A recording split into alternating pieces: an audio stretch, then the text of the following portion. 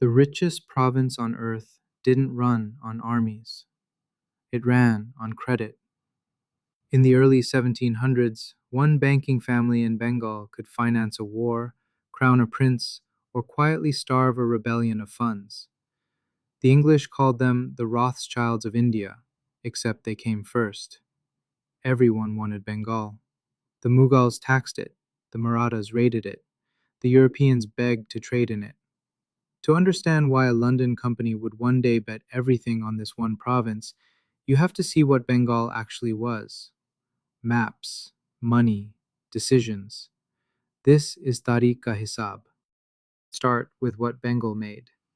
The finest woven cloth on the planet came off Bengali looms. Muslin from Dhaka, so fine that a full dress could pass through a ring.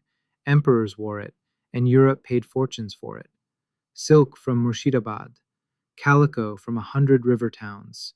Add saltpetre, the key ingredient of gunpowder, dug from Bihar's soil, and you understand why every war in Europe quietly ran through Bengal's ports. And feeding it all? Rice. The delta grew so much food that labor stayed cheap and weavers stayed weaving. One province. Textiles, gunpowder, and grain. The 18th century's factory floor. Why Bengal and not somewhere else? Geography did half the work. The Ganges and the Brahmaputra braid into 1,000 waterways before they reached the sea.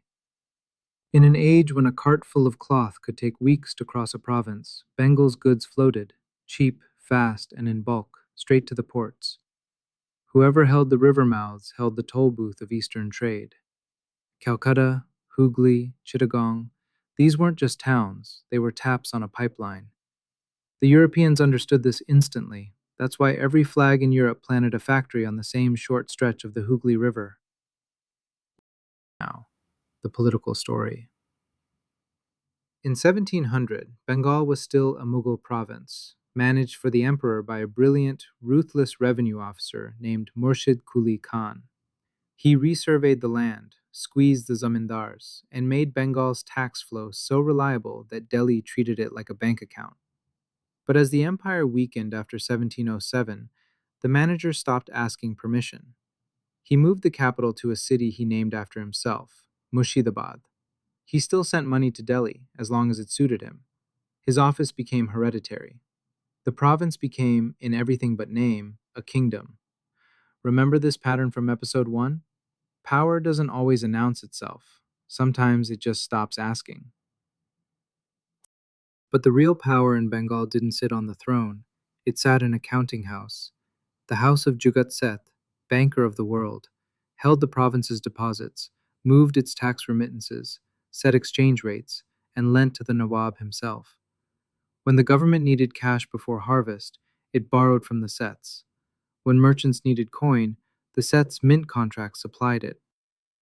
A state that runs on one family's credit has a hidden master. Anger the army, and you face a revolt. Anger the bankers, and your money simply stops. File that away. At Plassey, it will explain everything. Meanwhile, the English had acquired a weapon, and it wasn't a cannon.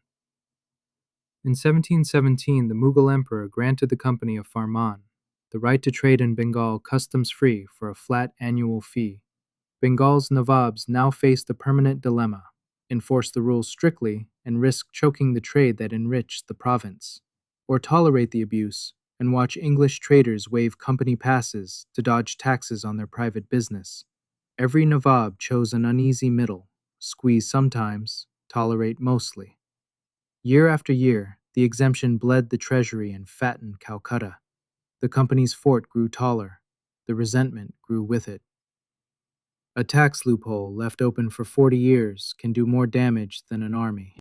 Bengal's last great defender was Alivardi Khan, a general who took the throne in 1740 and spent his reign holding the line. Maratha raiders burning the western districts year after year, Europeans fortifying their factories, bankers hedging every side. He managed it all with one rule: never let the foreigners build walls, and never fully trust them. They are like bees, he reportedly warned. profitable if left in the hive, dangerous if provoked. In April 1756, the old tiger died. The throne passed to his grandson, Siraj-ud-Daulah. 23 years old, surrounded by courtiers who despised him, bankers he had insulted, and a foreign company that had already started building walls. Every piece on the Plassey board now in place. So why was Bengal the prize? Because it wasn't just rich, it was organized. A revenue machine the Mughals had perfected, a credit network one family controlled, an export engine the world already depended on. Capture the system, and the system pays for its own conquest. That is exactly what the company understood and what it did. Next time, Plassey itself. Not the battle, the deal. Letter by letter, bribe by bribe, we audit the most profitable betrayal in history.